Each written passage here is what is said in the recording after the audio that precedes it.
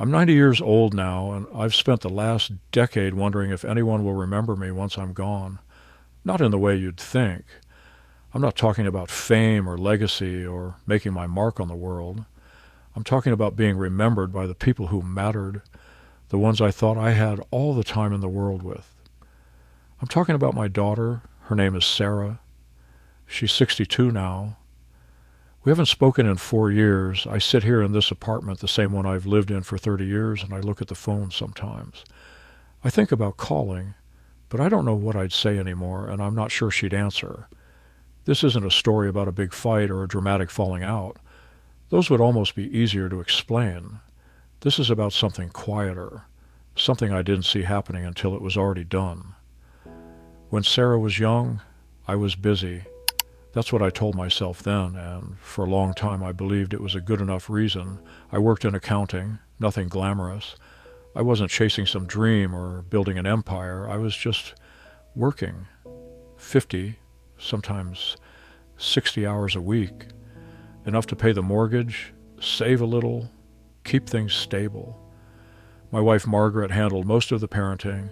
That's how it was back then. I came home tired, ate dinner, watched the news, went to bed. Weekends I caught up on work or did things around the house. I thought I was doing what a father was supposed to do: provide, be responsible, show up. But showing up isn't the same as being present. I remember Sarah's school plays. I went to a few. I can picture her on stage in a red dress once, maybe third or fourth grade. But I can't tell you what the play was about. I can't tell you if she had lines or just stood there. I was there in body. My mind was somewhere else. I remember her asking me to help with homework sometimes. I'd sit at the table with her, but I was impatient. I wanted her to get the answer faster so I could get back to whatever I was doing. I didn't see it as time with her. I saw it as an interruption. There were moments I thought I'd make up for later. Her high school graduation, her college years. I thought we'd grow closer when she got older, when life slowed down. But life didn't slow down. And by the time I tried to reach for her, she'd already learned not to reach back. Margaret died when Sarah was 34, heart attack, sudden, no warning. I thought maybe that would bring us together, shared grief. But even at the funeral, standing right next to each other, we felt like strangers. She was polite. She called to check in for a few months after, but the calls got shorter, then less frequent. Then they stopped, unless I called first. I didn't understand it then. I thought she was just busy with her own life.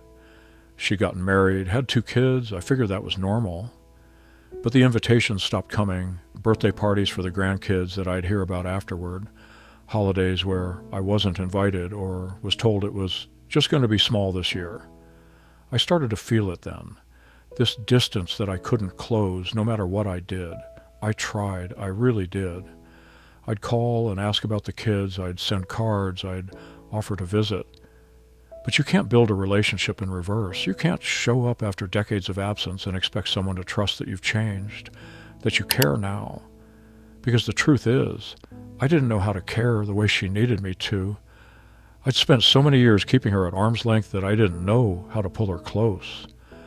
The last conversation we had was 4 years ago. It wasn't even a fight.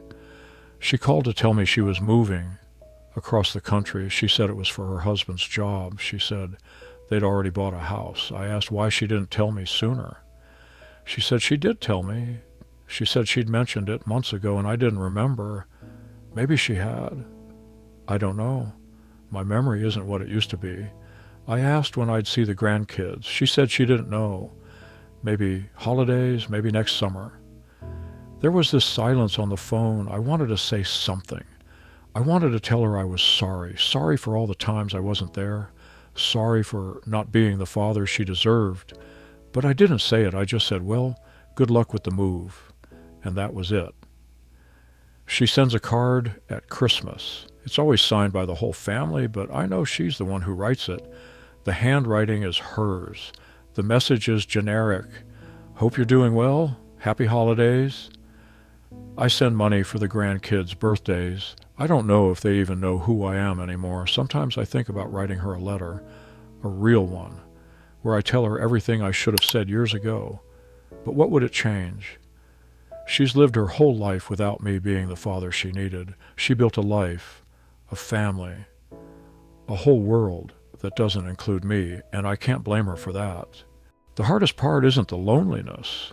It's knowing I caused it, not through cruelty or anger, but through absence, through all the small choices I made every single day to put something else first. I thought there would be more time. That's the thing I keep coming back to. I thought I'd retire and finally have space to be the father I never was, the grandfather I wanted to be. But by the time I had the time, she didn't want it anymore. You can't give someone your leftover years and expect them to be grateful. They needed you when they were young, when it mattered. I'm 90 years old. I don't know how much time I have left. A year, maybe 2 if I'm lucky. And when I'm gone, I don't think anyone will come to the funeral except out of obligation. Sarah might come. She's too kind not to, but she won't cry. She won't stand there and think about all the memories we shared because we don't have enough of them. She'll think about the father she wishes she'd had, and I'll be buried as the father I actually was. If you're reading this and you have kids or people in your life who love you, I want you to know something. They won't wait forever.